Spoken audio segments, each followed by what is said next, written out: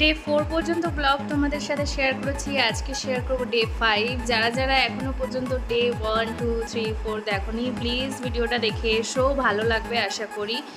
আর video দেখে like comment share করতে একদম হলো না। আর পেজটা যদি নতুন দেখে থাকো তাহলে প্লিজ ফলো করে দিও।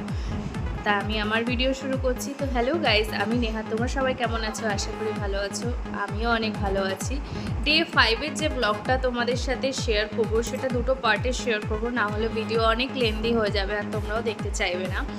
তো আমরা চলে গেছিলাম ডে 5-এর পুরীর সব সাইট সিন করার জন্য।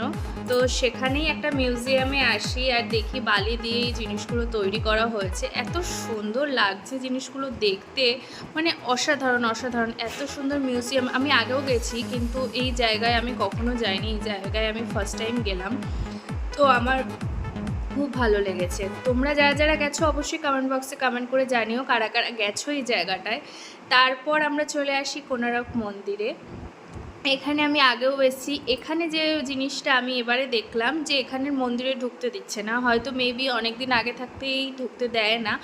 আমি আগে যতবারই গেছি ততবারই ওপরে গিয়ে ছবি টবি তুলতে পেরেছিলাম, এখন একদমই মন্দিরের ওপরে ঢুকতে দেয় না।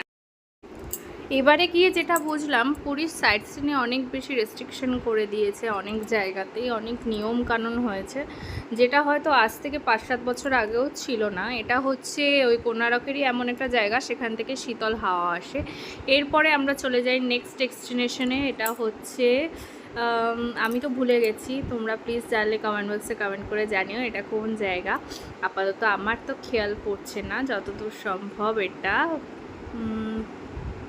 মনে করতে পারছি না। যাই হোক, তোমরাই জানিও।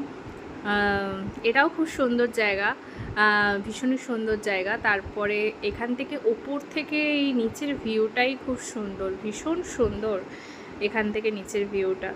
আর তারপর চলে যাই আরও একটা মন্দিরে। সেই মন্দির আসলে এই জায়গাগুলো কি বলো তো, ঘুরেছি কিন্তু আপাতত এই জায়গার প্রপার নামগুলো আমার একদমই মনে নেই। সত্যি যদি বলো, খুব একটা খেয়াল নেই। তোমরা যদি অবশ্যই জানো কমেন্ট বক্সে কমেন্ট করে জানাতে একদমই ভুলো না যে এই যে জায়গাগুলো আমি মেনশন করতে ভুলে যাচ্ছি। তারপরে চলে গেলাম উদয়গিরি ধবলগিরি, ওখানে উদয়গিরি খণ্ডগিরির জায়গায়। সরি এটাতেই মনে পড়লো, আগের যে ডেস্টিনেশন সেটা হচ্ছে ধবলগিরি, এখন যাচ্ছি উদয়গিরি খণ্ডগিরির ওখানে, যেখানে আমরা উদয়গিরিতে উঠি কিন্তু খণ্ডগিরিতে আর উঠি না। মানে মেন যে মন্দিরটা সেখানে আর ওঠা হয় না, ওটা ওপর থেকেই দেখে নিই যখন আমরা উদয়গিরির একদম টপে উঠি। এই ভিউজগুলো না খুব সুন্দর, খুবই অসাধারণ এই